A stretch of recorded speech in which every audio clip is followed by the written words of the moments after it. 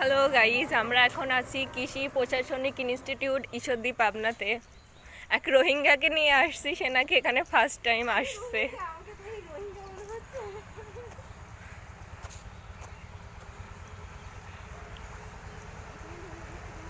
ওকে,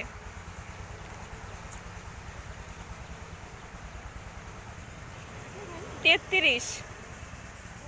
1 minute হতে অনেক সময় লাগে, কেটে দিলাম। চারিদিকের ভিউ নিয়ে কেটে দিলাম।